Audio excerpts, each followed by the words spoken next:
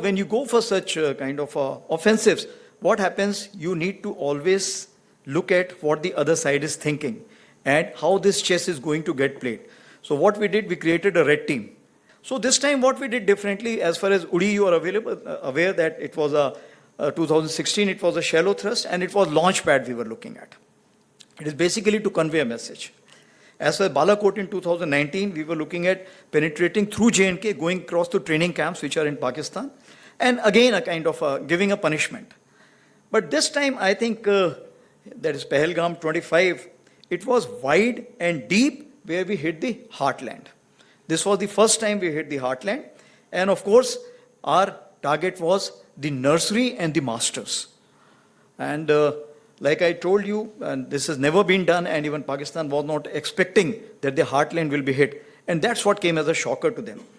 But were we prepared for it? Yes, we were prepared for it to absorb the blowback which will come up. So finally we chose 5 targets in Jammu and Kashmir and 4 targets in Punjab, and out of which 2 were with the Air Force, because the kind of ammunition which was required was much more.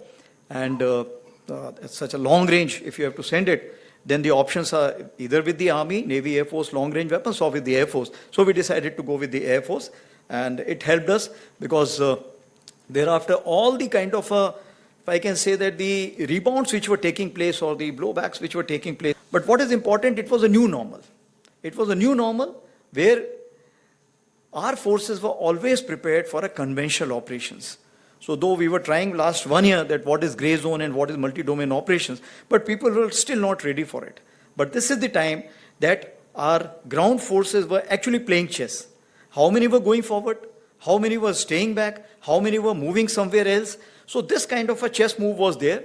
So in this chessboard of 64, something was visible, something was not visible. And something which was not visible, maybe other countries may be helping out to kind of make them visible for the adversary.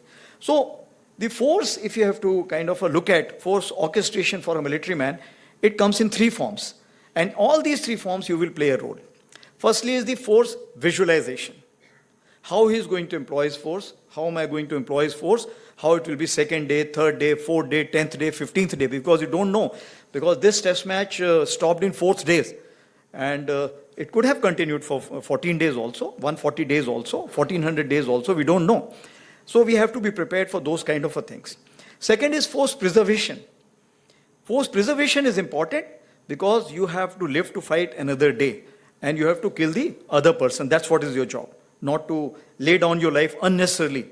It is to make sure the other person lays down his life and he feels happy about it. And you feel happy by facilitating that. So if that be the case, so force preservation becomes important and it has a major role. When we talk about the various drillings which are required to be done in the mountains and so many bunkers of different kind which are required to be made, and if I can say the preemptive actions which are required to be taken, and the third one is application, force application. So these are the 3 domains which we look at as a military man, and this is what something I will just give the amalgam of some issues that how we went about and where your role comes in. So I will just talk about the technology and Operation Sindoor. So firstly, let me assure you, it was a whole of nation approach and the collaboration was there. Was it in conjunction with other nations or not? That's a moot point, but it should be. It should be in long run.